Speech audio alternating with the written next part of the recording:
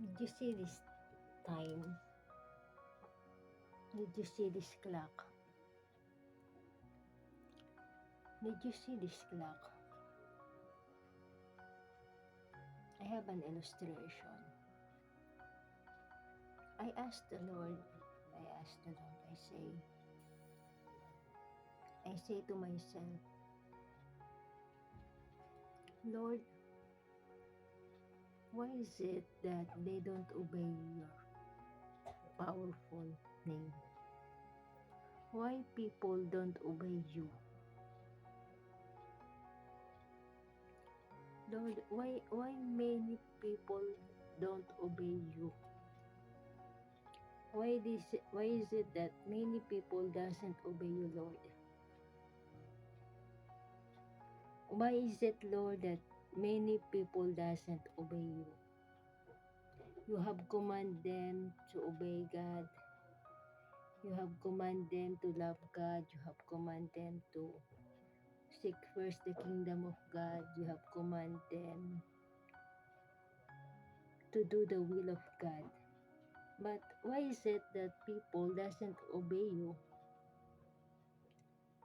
and they don't fear of you? You're so powerful, God. You're so great, God. You're so You're a creator of heaven and earth, and people doesn't obey you. Why is it, Lord?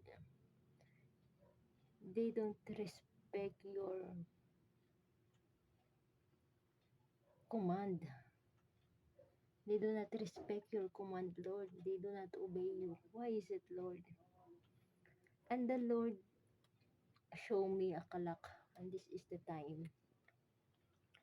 According to the Lord, all man He give each one of time. Everyone has a time, and every one of man has a time. And this illustration is the battery is our will. The battery is our mind. The battery is our heart. And it is the battery who decide what's going on, if it has life or death. That is why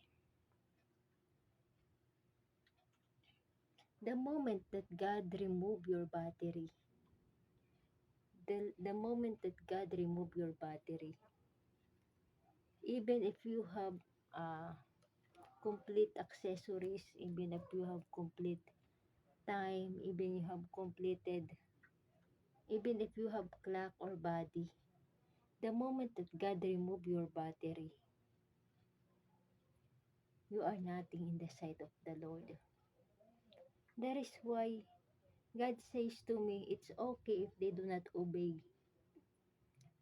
I am the first and the last. I put a battery in them and I will remove the battery on them. And supposed to be, if they do not do my will, my their time is in my hands. I'll be the one to decide if I will let their clock go to hell or go to heaven. If you are good, I will bring your clock in heaven. But if you are not doing my will, I will bring your clock in the hell.